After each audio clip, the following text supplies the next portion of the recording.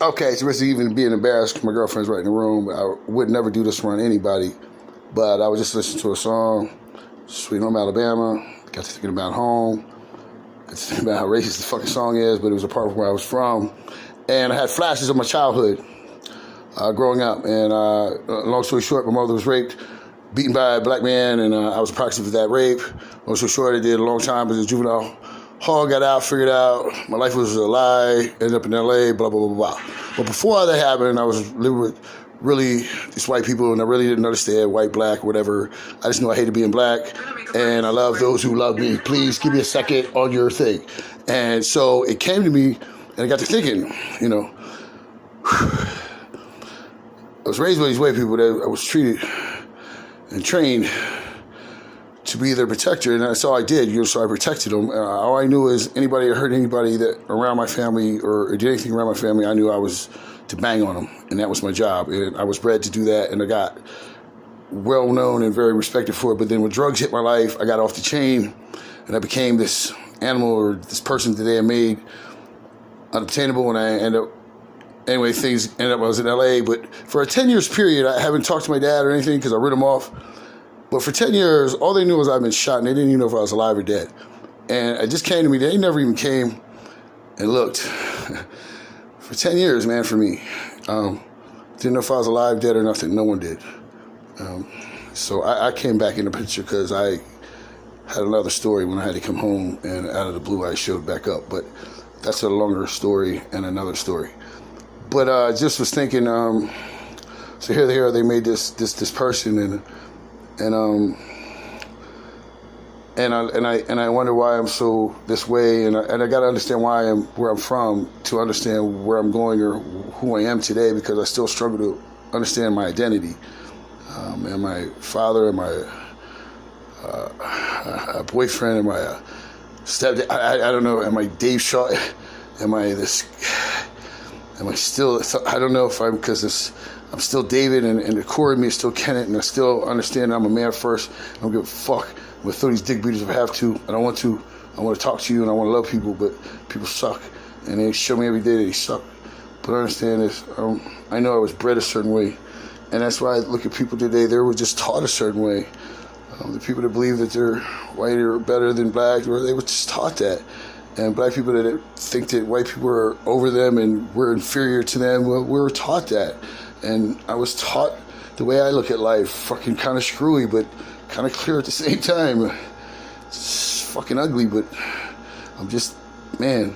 So I just want to say, just came to me, not judging no one. I'm just saying where I'm come from, how I'm seeing things that I don't need to judge is how I'm really looking at it. It's like, wow, because they're just taught that. It's not your fault. And I'm just tired of taking the blame for what I was taught. So, but it is our duty to try to retrain, recognize it, and then do something about it. First step of drug addict or Alcoholic Anonymous is what? Admitting you have a problem. Well, until you admit that you have a problem, then there's no fixing something. So I must admit that I am fucking racist as shit and judgy as fuck on myself, let alone everybody around me. And God is the only one that should be judging. All we need to do is work on our shit, what we can control, whatever that may be. Language, way you look at people, how you speak to your children, your girlfriend, your wife, your friend, your significant other, people around you in your environment, just in passing.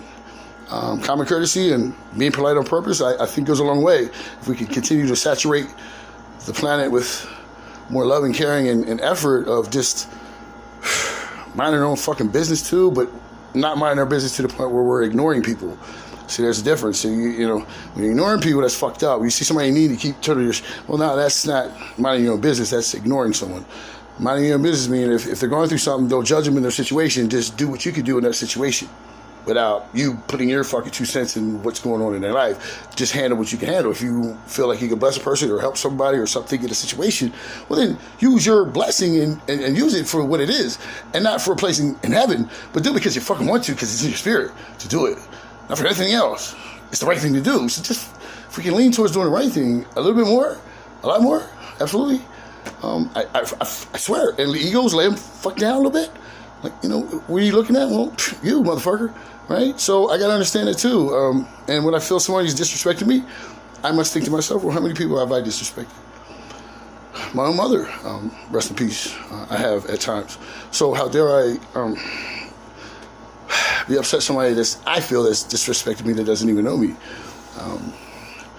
It's hard. I mean, I'm a man, like I said, you get in my bubble, 80, I'm criminal crazy, you run up, you get done up. I don't give a fuck. I throw the dick readings on anybody, I told you that.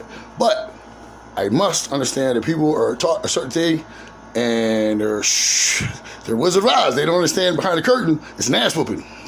They think it's all this clicking your heels, behind that curtain, this curtain, the real deal, you get your ass kicked, because the world is not kind, and the world is not fair, and it never will be. But maybe on the other side, what we pray for and all that shit, if what we're always just over here, what God, we call the struggle, maybe God's preparing us to just understand that this is just a smidget of your existence. We got an eternity to go, guys, and it's just a drop in the bucket, and we're busy in the moment. So maybe on the other side, it's going to be a lot better, or maybe he's just going to see how you fucking handle this shit. A little adversity never hurt nobody, but we make complicated situations out of simple situations, and it's really simple situations that we complicate. So keep it simple, stupid, right? The old rule: treat people the way you want to be treated, and believe in what you believe, as long as it ain't hurting nobody else. I don't give a fuck what you believe in. That's your business. Understand this. Just understand the graveyard is not the end. It's going to be the beginning of a whole other journey. Just hold on tight. It's a bumpy ride. Just try to leave your legacy. Give your kids a better way. Show them a better way.